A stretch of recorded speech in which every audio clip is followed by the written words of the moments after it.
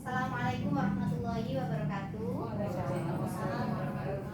Kali ini saya akan melaksanakan penyebaran pemahaman saya tentang budaya positif, di mana budaya positif ini termasuk dalam modul 1.4.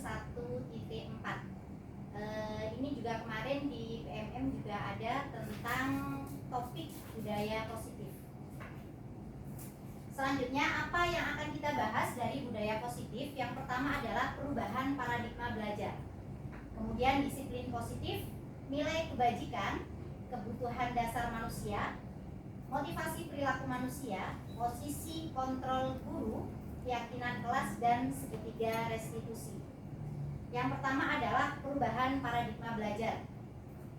Saya mengutip dari kalimat Stephen, bila kita ingin membuat kemajuan perlahan, sedikit ubahlah sikap atau perilaku kita. Jadi ketika kita ingin perubahannya kecil, maka yang diubah adalah perilakunya. Tapi ketika kita ingin memperbaiki cara-cara utama kita dengan perubahan yang besar, maka yang harus kita ubah adalah paradigma kita dalam memandang sesuatu. Itu yang bisa kita ambil dari Stephen R. Covey. Kemudian, apa sih perubahan paradigma belajar? Pembelajaran paradigma baru di sini adalah kurikulum merdeka. Di sini disampaikan bahwa pembelajaran paradigma baru adalah pembelajaran yang dirancang berdasarkan prinsip pembelajaran berdiferensiasi, sehingga peserta didik belajar berdasarkan kebutuhannya, berdasarkan tahap perkembangan sesuai teori psikologi modern untuk mewujudkan profil pelajar Pancasila. Yang sudah kita tahu bahwasanya kurikulum merdeka sangat dekat sekali. Tujuannya adalah profil pelajar Pancasila dengan dimensi beriman, bertakwa kepada Tuhan Yang Maha Esa, berakhlakul karimah, berakhlak mulia, berkebinekaan global, bergotong royong, kreatif, bernalar kritis, dan mandiri. Selanjutnya, ini adalah William Glasser. Dia adalah seorang tokoh psikologi dari Amerika, di mana inilah yang mewarnai tentang teori kontrol yang kita terapkan untuk bisa diterapkan di budaya positif ini. Beliau mengkritisi bahwa guru mengontrol murid itu adalah sebuah ilusi, itu adalah sebuah miskonsepsi. Pada dasarnya, murid itu tidak bisa dikontrol oleh siapapun, dan hanya dia sendiri yang bisa mengontrol dirinya. Ketika guru dapat mengontrol murid, itu karena dalam dirinya dia mengizinkan guru itu mengontrol dirinya. Kemudian sebuah ilusi bahwa kritik dapat membuat orang merasa bersalah dan dapat menguatkan karakter. Ini adalah sebuah miskonsepsi, padahal kritik itu inilah yang akan menjadikan kita menjadi pribadi-pribadi yang gagal. Anak-anak kita yang terlalu banyak dikritik mereka akan tumbuh menjadi pribadi-pribadi yang gagal. Kemudian dia juga menyampaikan bahwa semua penguatan positif itu efektif dan bermanfaat. Itu juga ternyata juga sebuah ilusi. Jadi ketika kita terlalu memanjakan mereka dengan banyak hadiah yang tempatnya kurang bijaksana, ini malah akan mengurangi nilai potensi dia yang sebesar-besarnya. Yang keempat, bahwa orang dewasa memiliki hak untuk memaksa. Nah, ini sering kita mungkin kadang kita refleksi juga ya Bu. Kita sebagai guru kadang malah sering memaksa anak melakukan sesuatu. Ternyata memaksa itu bukanlah sesuatu yang bijaksana dalam dan termasuk dalam miskonsepsi pada teori kontrol. Nah, inilah kemarin kenapa kita bisa belajar kepada teori kontrol. Selama ini yang banyak sering dilakukan adalah teori stimulus respon. Dan teori psikologi ini ternyata pada zaman ini sudah kurang dapat diperankan dengan baik. Apa sih perbedaan stimulus respon dengan teori kontrol? Jadi stimulus respon itu memandang kebutuhan semua siswa itu sama. Kalau dalam teori kontrol, kebutuhannya berbeda. Kemudian semua orang melihat hal yang sama. Pada teori kontrol, setiap orang memiliki gambaran yang berbeda. kita mencoba mengubah orang agar berpandangan sama dengan kita. Di teori kontrol, kita berusaha memahami pandangan orang lain tentang dunia, sehingga ini akan membuat kita menjadi jauh lebih kaya. Orang lain bisa mengontrol saya, itu pada stimulus respon. Sedangkan teori kontrol tidak, hanya Anda yang bisa mengontrol diri Anda. Saya bisa mengontrol orang lain pada stimulus respon. Padahal di teori kontrol Anda tidak bisa mengontrol orang lain. Pemaksaan ada pada saat bujukan gagal. Kolaborasi dan konsensus menciptakan pilihan-pilihan baru. Model berpikirnya adalah menang kalah jika stimulus respon, tapi kalau teori kontrol adalah model berpikir menang-menang. Teori-teori ini banyak nanti akan kita praktekkan dalam budaya positif itu untuk memahami anak-anak yang bermasalah. Kita bisa menggunakan teori kontrol ini sebagai paradigma kita dalam menentukan sikap. Selanjutnya, dalam teori kontrol itu yang diinginkan adalah anak-anak itu bisa tumbuh nilai kebajikannya. Kadang kita punya banyak peraturan. Contohnya, mengapa kita memiliki peraturan tentang penggunaan helm pada saat mengendarai keadaan roda 2 atau motor? Kira-kira kenapa?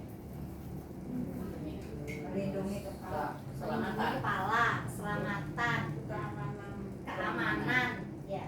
Jadi itulah nilai kebajikannya. Nilai kebajikan dalam peraturan penggunaan helm itu adalah nilai keselamatan, safety-nya. Dan inilah yang seharusnya dalam peraturan-peraturan di kelas kita bisa memunculkan nilai-nilai kebajikan ini.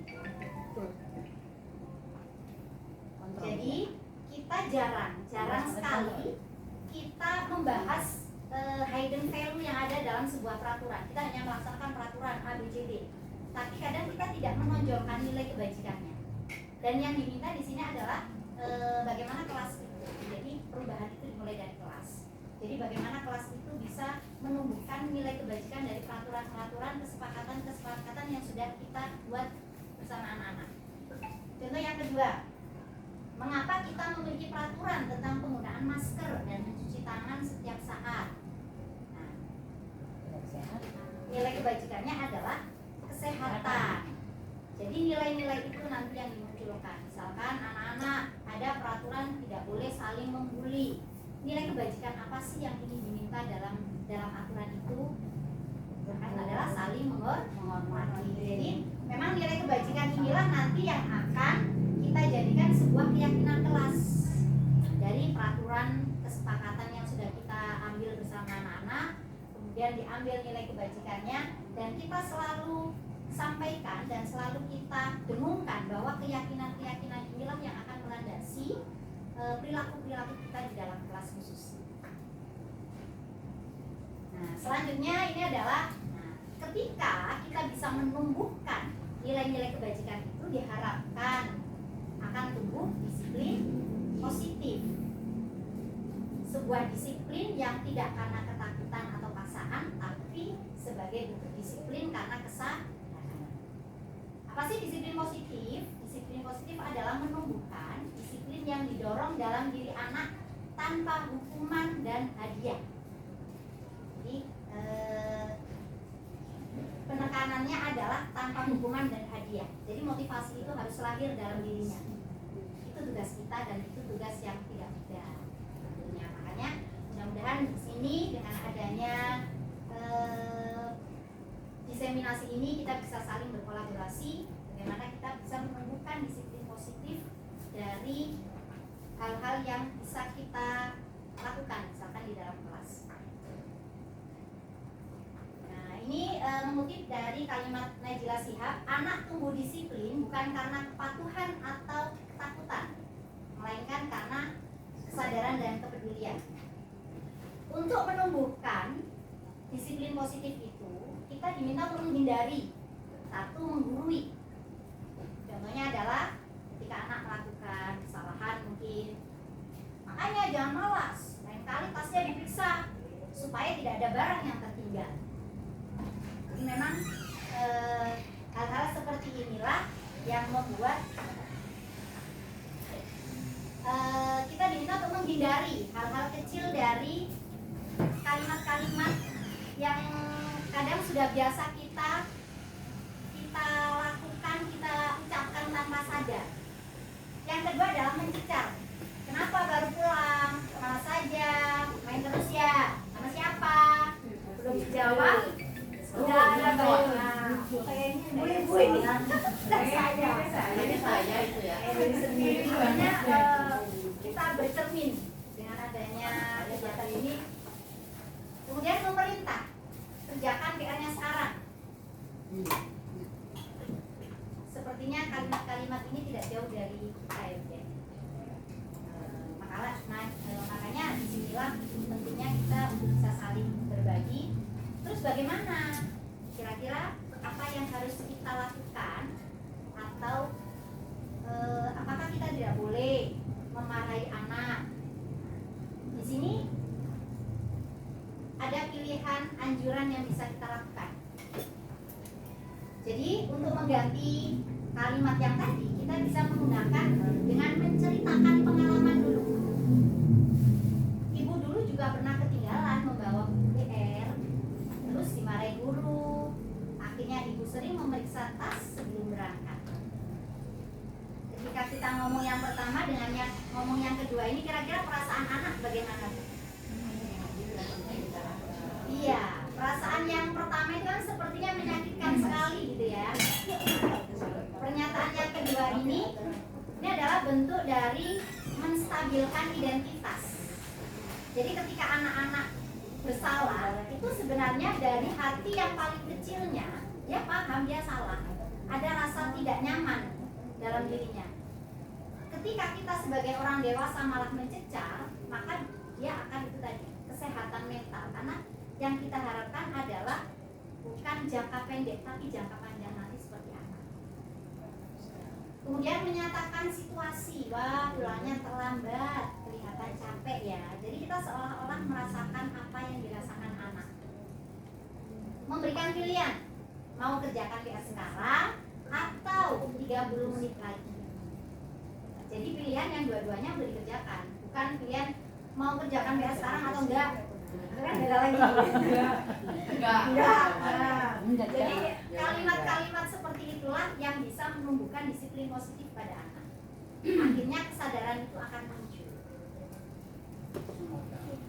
Selanjutnya, setiap anak itu melakukan sesuatu, melakukan apapun itu karena didasari oleh 5 kebutuhan dasar. Tidak hanya anak, kita semua, setiap manusia. Ini diambil dari Church teori. Apa sih 5 kebutuhan dasar itu? Yang pertama adalah bertahan hidup, makan, lapar, ini harus makan gitu kan. Kemudian penguasaan, kasih sayang dan rasa diterima, kebebasan dan kesenangan. Hampir setiap manusia akan mencari kebutuhan dasar ini, akan memenuhi kebutuhan dasar ini dengan berbagai cara. Ada yang bisa jadi caranya adalah itu tadi, mereka sedikit negatif, melakukan hal-hal yang kadang dilarang, melakukan pelanggaran. Itu sebenarnya mereka sedang ingin memenuhi 5 kebutuhan dasar mereka. Nah, di sini ada permainan kuis. Ya Bu, mohon untuk kita menjawab bersama. Ini termasuk kebutuhan dasar yang mana?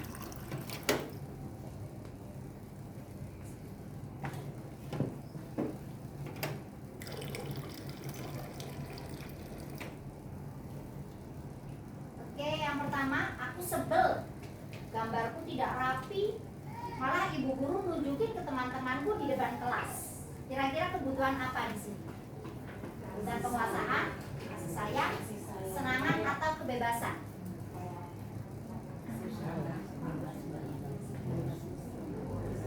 Aku sebel, gambarku tidak rapi, malah ibu guru nunjukin ke teman-temanku di depan kelas. Kebebasan ya? Apa Bu? Kebebasan. Kebebasan. Kita coba cek kebebasan. Penguasaan. Soal ini saya ambil dari LMS yang sudah ada jawabannya ya. Yang kedua, Bu guru tidak menyapaku hari ini, padahal aku pakai jepit rambut baru. Kasih sayang. Kasih sayang itu. Iya, kita Kasih coba sayang. klik. Dan Iya. Kasih sayang. Biasanya kelas 1, Bu Ella ya. Ada ini Bu, pengalaman? Iya pasti itu. Iya. Gambarnya, Rambut sama ya. semua juga. Jadi memang kebutuhan dasar itu tidak hanya dimiliki anak, tapi kita juga sebagai orang dewasa. Aku bosen, masa belajarnya cuma gitu-gitu aja, dengerin guru aja. Kebebasan. Senangan. Mana Kak? Kekuasaan. Penguasaan, kebebasan, kasih sayang, kesenangan.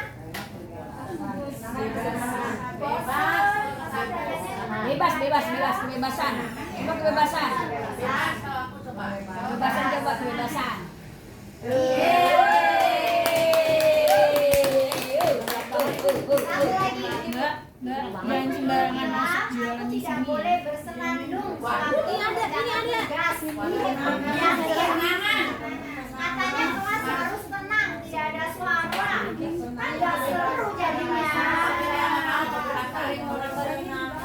Nah, kita pilih Boni. Boni mau yang mana Boni? Kesenangan. Nah, kesenangan. Nyanyi ya kayak Iya. Iya.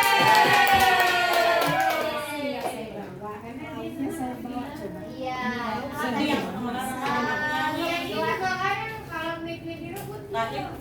Marah ya Bu ya.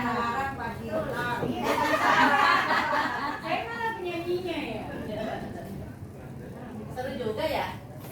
Selanjutnya, lanjut. Tenang, masih ada Lanjut, Bu. lagi, Bu. Kuis Bu. Biar keluar nanti. Selanjutnya, orang melakukan sesuatu itu karena dilatar belakangi oleh 3 level motivasi. Yang pertama adalah, ini adalah level yang paling rendah untuk menghindari ketidaknyamanan atau hukuman. Ini adalah level paling rendah. Yang kedua, jadi dia melakukan sesuatu itu karena takut dihukum. Iya betul. Berarti dia punya motivasi di Iya, level yang paling berusaha yang rendah. baik lah. Iya. Kemudian yang kedua untuk mendapatkan imbalan Iya. dari Betul, orang lain. betul. Nah, itu level sedikit di atasnya, lebih baik daripada yang pertama. Dan yang paling bagus adalah level yang ini untuk menjadi orang yang mereka inginkan dan menghargai diri sendiri dengan nilai-nilai yang mereka percaya. Jadi mereka melakukan sesuatu itu karena, nah seperti Bu Teteh nih, kalau kesini kan selalu cantik, nah itu adalah bagian dari menghargai diri sendiri. Jadi motivasinya bukan untuk dipuji lagi, tapi memang untuk menghargai diri sendiri, bagaimana menjadi seorang guru yang bisa menarik murid-muridnya. Pinces ini, Teteh dan Ibu Inces kita ini role model. Pintas tuh yang muda, yang Nah bisa kalau udah tua nggak apa-apa lah. Nah sekarang, karena tadi kita sudah belajar tentang hukuman, apa bedanya hukuman, konsekuensi, atau restitusi. Restitusi nanti bisa kita bahas di belakang. Kira-kira hukuman, apa sih hukuman itu? Kesalahan yang mendapatkan hukum, kesalahan yang dibuat ya. Kesalahan yang Kira-kira apa hukuman? sanksi ya, Hasil dari pelanggaran. Hasil dari pelanggaran. Ada lagi? Ya, hasil hukuman itu apa sih? Sanksi. Kalau konsekuensi? yang harus dia terima, misalnya dia salah, dia harus terima konsekuensinya. Konsekuensinya. Bedanya hukuman dan konsekuensi? Kalau konsekuensi itu ada kesepakatan depannya H. Kalau konsekuensi Kalau hukuman depannya K, kalau konsekuensi depannya K. Ada lagi? Yang Kalau bikin konsekuensi Ibu itu- Lican, kira-kira apa? Kalau konsekuensi itu berarti mau tidak mau ya, sama juga ya mau Iya mau tidak mau ya dilakukan, itu konsekuensi. harus Ya sesuatu yang apa yang apa yang mau bagi salah kan? Apa yang Sesuatu yang salah sesuatu yang tidak boleh tapi dilakukan. Ada sanksi dan Makanya sesuatu yang tidak boleh kita Jadi lakukan. kalau di sini disampaikan bahwa hukuman itu dibagi-bagi. Apa yang dia lakukan? Ada masih Kalau anak salah tuh langsung hukumannya terserah gurunya. Ini jadi dibagi-bagi. Tapi kalau konsekuensi Ada kesepakatan. ada kesepakatan di awal. Nanti kalau kamu tidak masuk sekian hari, nanti kamu jadi ini sudah disampaikan di awal. Iya, betul. Ya kalau hukuman Ada Iya, kalau hukuman itu hari ini Langsung. salah, hari ini kita hukum tanpa mereka tahu apa yang akan mereka perbedaannya itu kan. perbedaannya di situ, apa yang akan mereka terima. dan yang pertama kalau hukum gitu ya Nah, jadi itu hukuman dan hukuman itu spontan. dirasakannya emosinya selalu emosi negatif. Jadi itu hanya dilakukan oleh satu pihak. Tapi kalau konsekuensi ini sebelumnya sudah ada kesepakatan. Selama ini kita pakai konsekuensi. Kami gaduh-gaduh. Kalau hukuman juga ya kalau bandar. Nah, Kok dua-duanya tuh sekarang untuk kita biar makin jelas mana hukuman, mana konsekuensi, kita berkuis lagi Bu Teteh. Ya. Restitusi kan kita tahu. Nah, sebelumnya ya restitusi nanti kita jelaskan di besok aja. di slide terakhir nanti. Guru boleh itu nggak dipoto ini? Oh, nanti saya kirim Oh, siap. buat Ibu. Iya. Jadi di sini ini adalah perbedaan dari hukuman, konsekuensi dan restitusi. Jadi identitas hukuman itu akan membuat seseorang menjadi memiliki pribadi dengan identitas gagal. Berbeda dengan konsekuensi dan restitusi. Ini adalah bagian untuk menumbuhkan disiplin. Jadi apa sih hukuman itu? Hukuman itu cenderung pada sesuatu yang menyakitkan yang harus terjadi. Kalau konsekuensi sesuatu itu harus terjadi tapi tidak menyakitkan karena sudah ada kesepakatan. Nah, kalau restitusi itu pilihan. Nah, ini di atasnya konsekuensi. Kemudian, kalau hukuman itu tidak nyaman untuk murid atau anak untuk jangka waktu yang panjang. Jadi kemarin di modul kalau tidak salah di modul 1.2 itu kita diberikan sebuah bangun trapesium umur ya. Kita diminta untuk flashback hal apa yang paling menyakitkan yang pernah seorang guru lakukan kepadamu pada usia keberapa, dan itu hampir semuanya mereka mempunyai hal-hal yang memang menyakitkan di situ. Nah, kemudian juga ada apa hal-hal yang pernah gurumu berikan sehingga kamu benar-benar bersemangat. Jadi memang ada dua hal yang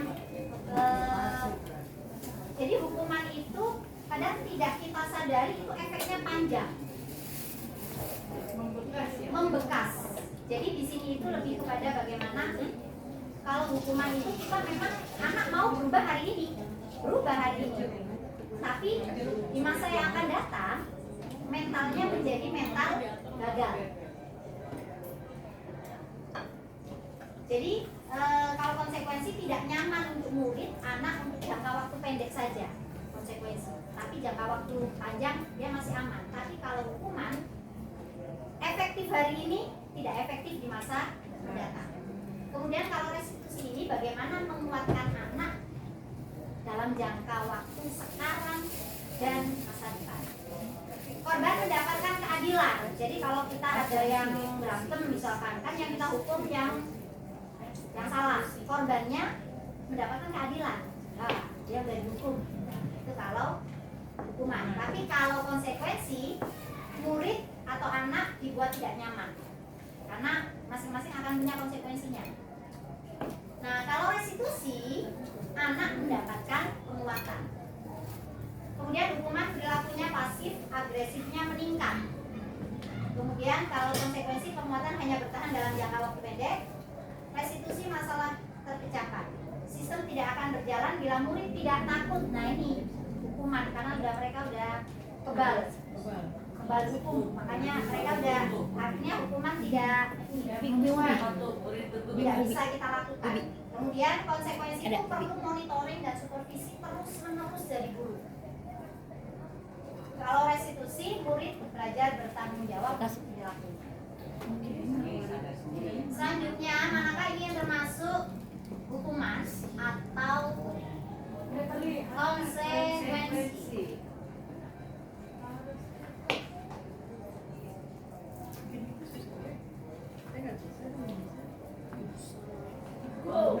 Belajar yang mabuk. Lari mengelilingi lapangan basket 2 kali karena terlambat hadir di sekolah. Hukum ini. Yang kedua,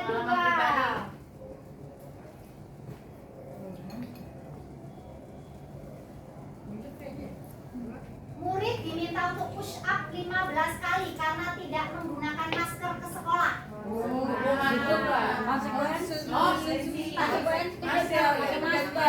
Janjian. Kamu push up 15 kali karena tidak menggunakan masker. Hukuman. Sebelumnya perjanjian nggak? Oke. Gua. Hukuman, Boni, hukuman. Iya. Hukuman. Karena tidak sesuai, karena kesalahannya di masker. Kenapa hukumannya push up? Kan tidak sesuai dengan membersihkan kepala meja ditulis karena tersenggol pada saat belajar. Konsekuensi. H.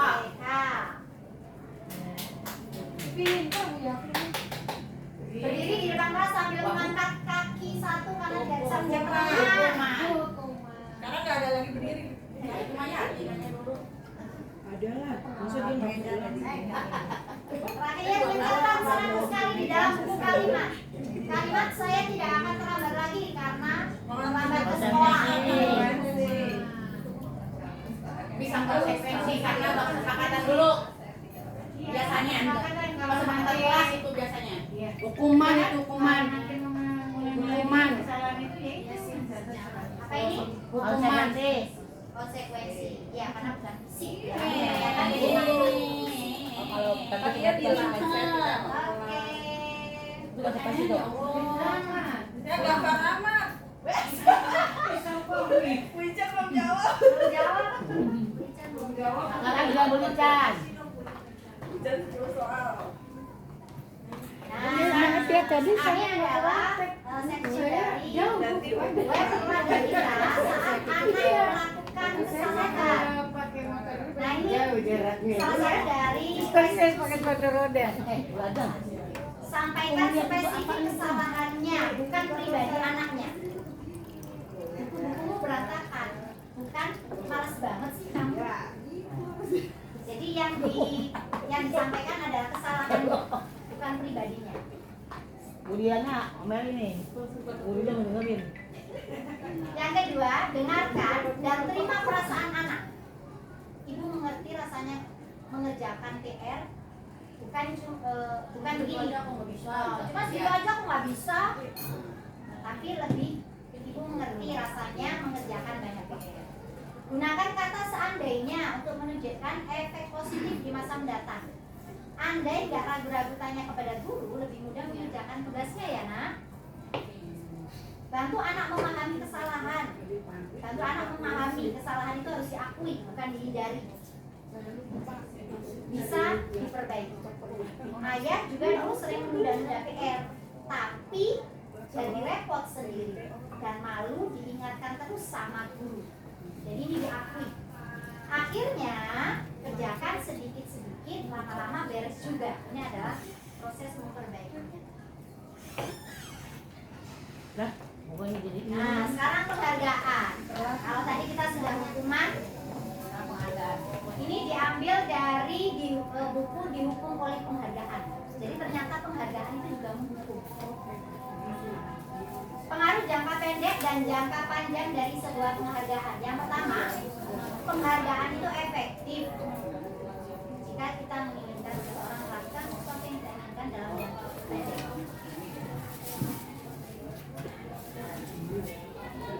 Jika kita menggunakan penghargaan lagi dan lagi, maka hal tersebut akan bergantung pada penghargaan yang diberikan serta kehilangan motivasi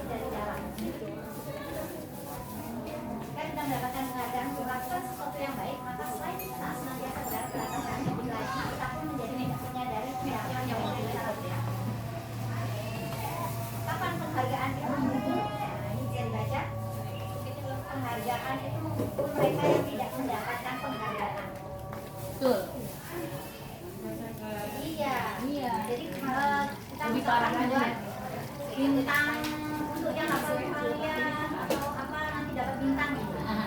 Yang mendapatkan bintang kan pasti anak-anak yang pintar aja ya. Tapi anak-anak yang ini akhirnya mereka makin minder. Jadi itu yang penghargaan itu membuat down Yang lainnya. yang lain. Dan akhirnya yang pintar juga kurang ada motivasi. Saya pasti selalu dapat bintang lagi. Jadi bintangnya itu nggak menjadi berharga. Bisa juga bosen.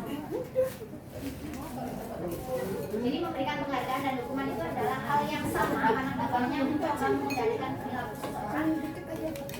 Karena pada dasarnya orang itu tidak suka dikendalikan dalam jangka waktu. Apa yang diminta? Kita maunya adalah menunjukkan motivasi dalam diri. Jadi saat seorang anak belajar pertama kali menggabungkan huruf-huruf dan kata-kata serta menyadari bahwa ia dapat membaca, timbul pijar di matanya dan sebuah senyuman di wajahnya, itulah penghargaan yang sesungguhnya. Jadi penghargaan yang sesungguhnya itu ketika memang lahir dari diri anak itu, ternyata saya bisa menyelesaikan soal ini, ternyata saya bisa membaca, gitu kan? Ini yang dimaksud dengan motivasi, itulah Motivasi sendiri berarti. penghargaan yang sesungguhnya dalam dirinya. Jadi kita bagaimana jadi guru? Nah, saat kondisi seperti itu, wah, kamu sudah bisa membaca. Jadi dia sudah motivasinya muncul, baru kita Dukung. dukung. Bukan sebelum dia melakukan sesuatu kita iming-iming dulu. Ayo, kalau kamu ini, aku punya ini. Ini yang kurang tepat. Jadi penghargaan itu akan jauh lebih efektif ketika anak sudah merasa dia, oh ya, saya bisa. Gurunya bukan hadiah di awal. Tapi itu kadang-kadang hadiahnya di akhir juga. Nah, Kita kasih juga hadiah.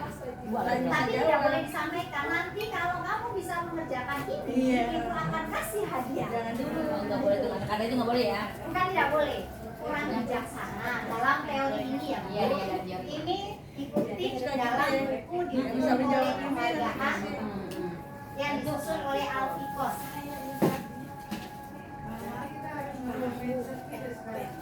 Iya.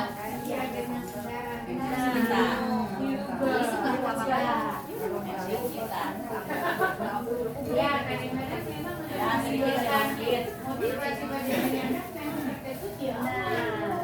Di awal ngomongin ya. Iya. Karena itu kan kita pinginnya ukurannya harus ini harus berhasil di hari ini kan gitu. Kadang kita berpikirnya di situ. Dan itulah yang harus kita koreksi hari ini. Jadi jika kita memberikan penghargaan kepada seorang anak pada saat dia merasa bangga atas pencapaiannya, maka kita akan mengambil kegembiraan yang saat itu sedang dirasakan anak secara alamiah. Jadi tidak dibuat-buat penghargaan yang kita berikan itu memang alami. Penghargaan maupun dukungan adalah cara-cara memperlaku supaya menghancurkan potensi pembelajaran yang sesungguhnya. Yang sebenarnya tanpa itu kita bisa melaju dengan tujuan yang besar, artinya kekuatannya cuma sedikit karena dihancurkan oleh Sidangnya harus nilainya A, nanti dibeliin itu gitu motor. Ya. Jadi deh tuh. Nah, ini restitusi yang tadi sudah kita bahas. Apa sih restitusi? Restitusi adalah proses menciptakan kondisi bagi murid untuk memperbaiki kesalahan mereka, sehingga mereka bisa kembali pada kelompok mereka dengan karakter yang lebih kuat. Restitusi ini menguntungkan korban diuntungkan, tetapi juga menguntungkan orang yang berbuat salah. Makanya tadi konsepnya adalah menang, bukan menang kalah. Artinya menang itu mentalnya yang sehat, bukan artinya akhirnya tidak ada solusi, bukan. Tapi solusi itu menyelamatkan mental kedua. Ini sesuai dengan prinsip dari teori kontrol William Glasser tentang solusi menang dan menang. Nah, restitusi itu dilakukan dengan 3 tahap. Yang pertama adalah menstabilkan identitas. Jadi ketika anak melakukan kesalahan, seperti tadi disampaikan, misalkan dia marah-marah karena terlambat atau apa gitu ya. Jadi di situ kita stabilkan identitasnya. Ibu dulu juga pernah terlambat. Tapi jadi seorang guru itu tadi pengalaman dulu. Tidak langsung kenapa terlambat? Kamu harus sibuk, tidak seperti itu. Tapi distabilkan dulu identitas anaknya. Karena setiap anak yang melakukan kesalahan sebenarnya dalam dirinya itu sudah ada banyak rasa ketakutan. Yang kedua adalah validasi kesalahannya. Validasi kesalahan yang dia lakukan baru disampaikan setelah anak mulai stabil identitasnya. Kamu tadi melakukan ini. Kemudian menanyakan keyakinan yang sudah disepakati di awal yang tadi. Tapi jauh banget Jelasnya dengan segitiga restitusi ini nanti ada video. Nah, ini adalah video tentang untuk melakukan segitiga restitusi ini kita harus bisa memahami posisi kontrol dulu. Jadi ada 5 posisi kontrol, khususnya kita sebagai guru. Ada 5 posisi kontrol. Yang pertama penghukum. Jadi kemudian yang kedua membuat merasa bersalah. Yang ketiga teman. Yang keempat pemantau. Dan yang kelima adalah manajer. Untuk lebih jelasnya, ini adalah penjelasan dari 5 posisi Sangat kontrol. bahagia Ibu dan Bapak guru hebat dalam penerapan disiplin positif restitusi. Salah satu program yang dikembangkan adalah 5 posisi kontrol. 5 posisi kontrol dalam restitusi adalah proses perjalanan seorang pendidik agar dapat mengenali dirinya.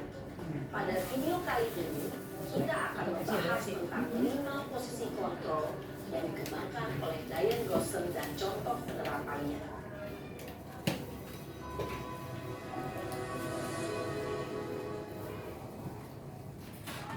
5 posisi kontrol itu adalah 1.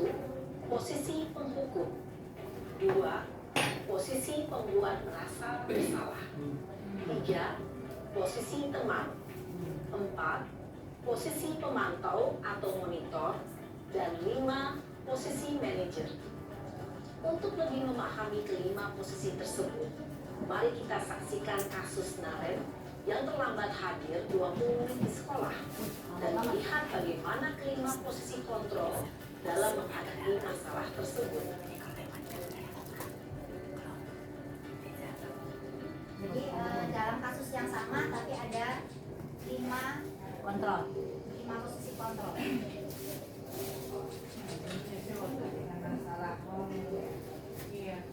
Naren,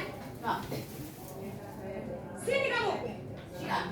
Itu mah gurunya galak. Selalu terlambat. Kamu deh, pasti terlambat. Aku, saya Apa? Apa coba? Alasan kamu apa lagi? Boleh tuh. Kapan sih kamu Abang tidak bela terlambat? mas. Malas sekali ya kamu jadi anak. saya Dasar malas.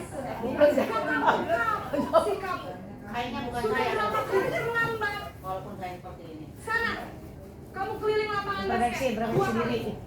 kenapa saya harus ke lapangan basket, Bu? Kenapa?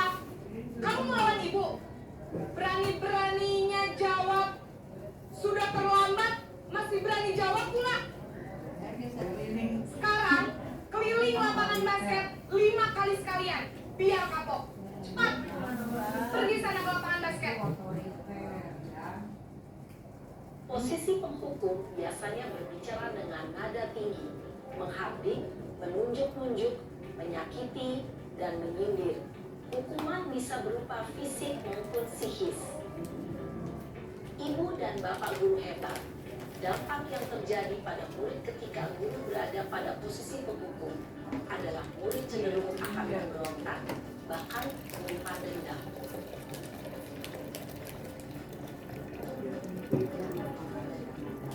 Tarik ulur lah. Nah, ngomong gitu. Tarik ulur. Ayangan. Untuk membuat merasa bersalah.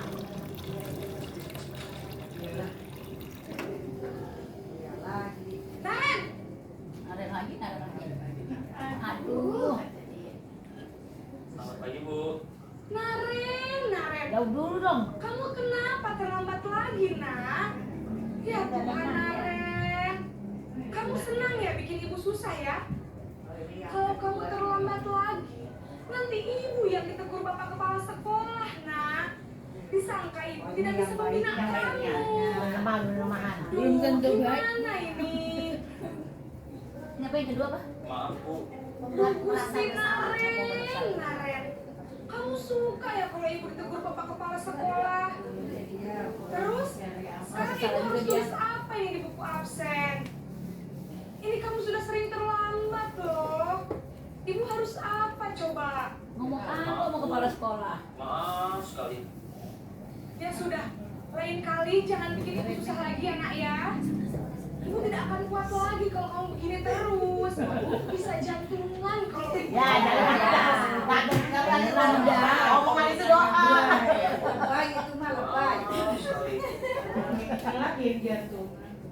Ya, itu ngomong doa itu mah. Membuat rasa bersalah, berbicara dengan nada tenang, cenderung lembut.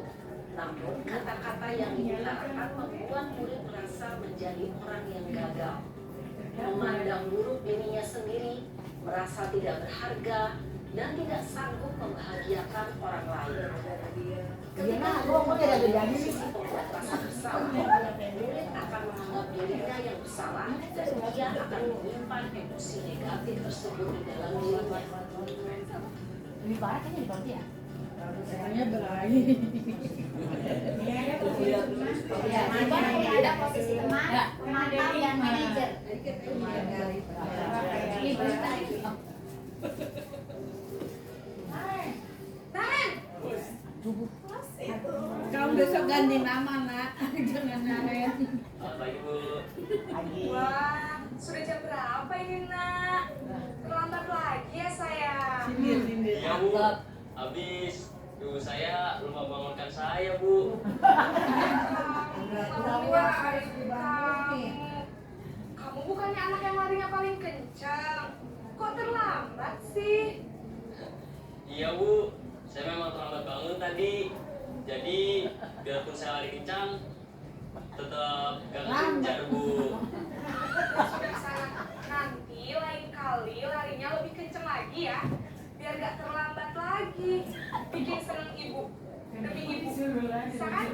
Bisa lah Bu. Ya sudah sana masuk kelas. Ibu beresin urusan absen kamu. Kamu ini ada-ada saja.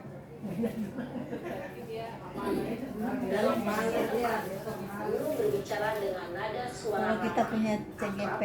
cenderung bersenda gurau untuk menjaga suasana tetap santai. Murid akan merasa senang, aman, dan akrab dengan guru. Identitas yang tercipta adalah identitas sukses atau berhasil. Namun, perlu diingat, karena ini masih dorongan eksternal, maka ada faktor ketergantungan dari murid kepada orang tertentu. Di sini, guru absennya, sehingga di lain waktu, murid bisa berperilaku baik. Nah, Ini adalah posisi manajer. Posisi yang diharapkan adalah posisi yang seperti ini. Ini adalah untuk membuat anak menjadi mempunyai identitas sukses. Saya meyakininya Apakah Naren bersedia memperbaiki masalah keterlambatan ini? bersedia Bu. Bagaimana kamu akan perbaiki masalah keterlambatan ini? Saya akan coba untuk tidak lupa menyetel alarm saya Bu. Dan saya ambil Kelihatan ya? Aku ya. di agama.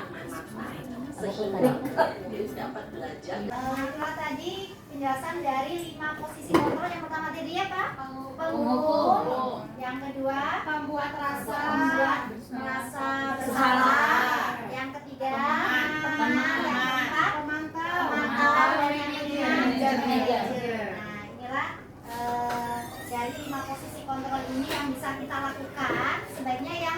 ke belakang tadi, karena inilah yang akan membangun identitas sukses kepada anak di masa yang akan mendatang. Jadi teman, pemantau Teman, sama manajer. pemantau, sama manajer. 3 itu. Ya, kalau kita Jadi kalau jadi teman lu bisa deh, kalau manajer menjadi kebanyakan. kontrol yang penghukum tadi, Banyak kan. maka anak akan punya itu tadi kesehatan mental di masa Dari mendatang. awalnya aja John. manggil aja.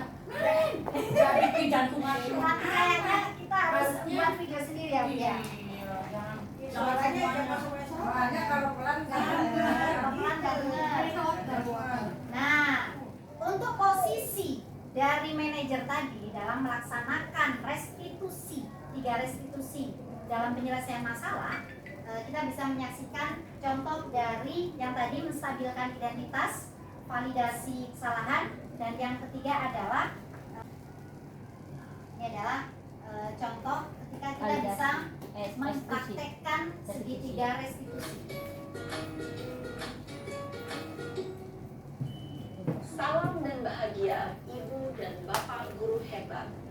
Pada video kali ini kita akan membahas tentang salah satu program disiplin positif yang diterapkan di lingkungan sekolah yang dikenal dengan nama restitusi. Ini nanti juga ada di PMM itu budaya positif, Restitusi dikembangkan oleh Lima pakar kontrol, pendidikan daya positif restitusi, berlandaskan pada teori kontrol Dr. William Gleason. Segitiga restitusi adalah suatu proses dialog yang dijalankan oleh guru atau orang tua agar dapat menghasilkan murid yang mandiri dan bertanggung jawab. Pada saat guru di posisi manajer, aspek yang dikembangkan pada murid adalah motivasi intrinsik, sehingga penanaman nilai-nilai kebajikan dapat tumbuh dan berkembang menjadi suatu kebiasaan positif yang akhirnya membentuk karakter murid. Proses dialog ini terdiri dari 3 langkah yang digambarkan pada ketiga sisi pada segitiga restitusi. Sisi pertama adalah menstabilkan identitas. Sisi yang kedua adalah validasi tindakan yang salah. Dan sisi yang ketiga adalah menanyakan keyakinan. Ibu dan Bapak guru, berikut ini akan ditunjukkan bagaimana seorang guru berada dalam posisi manajer menggunakan penerapan segitiga restitusi.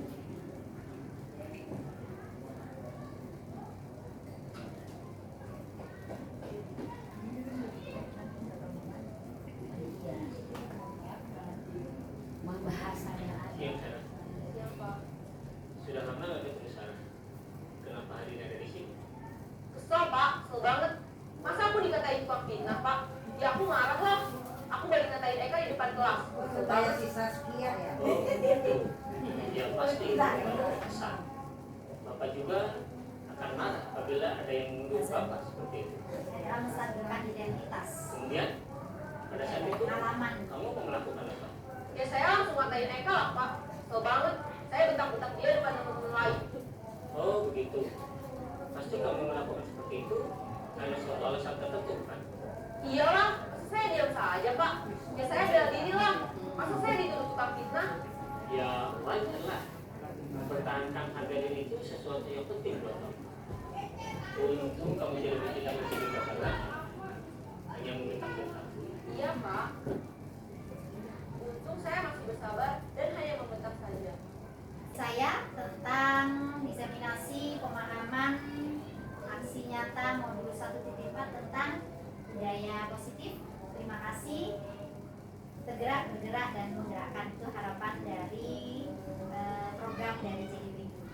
Untuk itu sebelum saya tutup, saya minta Bu Ella mungkin bisa memberikan pengalamannya untuk hari ini, apa yang sudah dirasakan antara pengalaman dan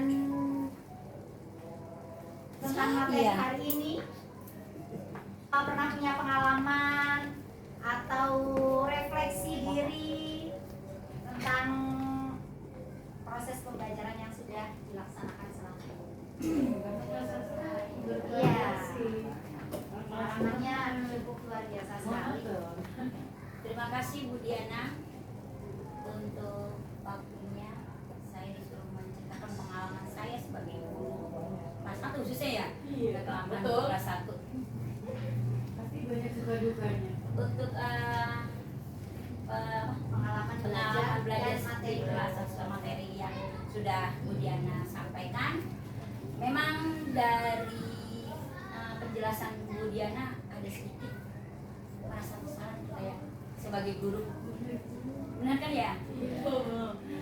Kita kadang memberikan motivasi kepada anak, ayo siapa yang bisa nanti akan belajar ya. Ya, betul. Tuh satu itu pengalaman ya Bu ya. Ternyata itu salah. Harus dari diri anak dulu baru kita kasih penguatan. Nah, dari pengalaman ini, dari hasil pembahasan hari ini, sepertinya saya juga berubah. Dan dulu anaknya dia mampu, baru deh ayo. Iya, ternyata juga salah. Ya semoga saja. Sebenarnya sih biasa barangkali yang ngasih kencing. Kalau salah tuh ya ngasih saya.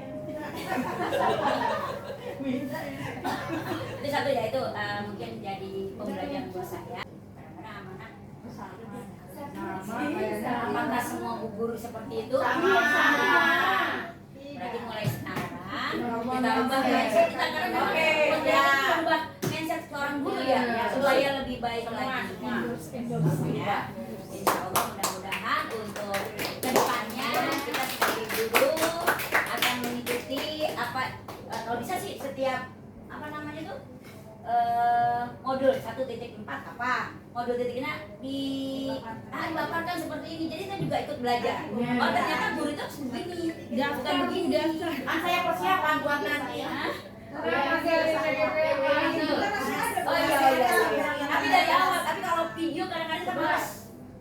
Tapi kalau seperti ini ya, setiap modul dipaparkan di sini, nanti kita juga oh ternyata guru itu begini. Untuk saya yang sudah puluhan tahun juga salah. Jadi tolong untuk yang guru penggerak seperti Bu Diana, alhamdulillah ya kita jadi berbagi ilmu, kita jadi pengalaman kita yang mudah-mudah ayo belajar terus ya biar jadi guru yang baik. Kalau kita ternyata guru yang tidak baik, tapi mudah-mudahan nih ya, karena kita selalu berdoa, terserah saya selalu berdoa semoga anak kita selalu baik. Jadi anak yang kita soleh-solehah, dan dengan yang kemarin kita tidak tahu, kita seperti ini memberikan pembelajaran kepada anak, mereka akan menyadari sendiri. Mudah-mudahan ya. Oke, Itu aja dari terima saya. kasih Bu Ella. Assalamualaikum warahmatullahi wabarakatuh. Ayo yang muda bagus, yang tua bodoh. Terima kasih Bu Ella atas sambutan di akhir dari paparan materi ini. Mudah-mudahan dari paparan hari ini kita tidak membuat merasa makin bersalah, rendah diri dan lain sebagainya, tapi kita bisa memperbaiki untuk mencintai lebih baik. Iya, amin. Dan saya terima kasih kepada Bapak Ibu semua yang hadir. Terima kasih atas supportnya. Iya.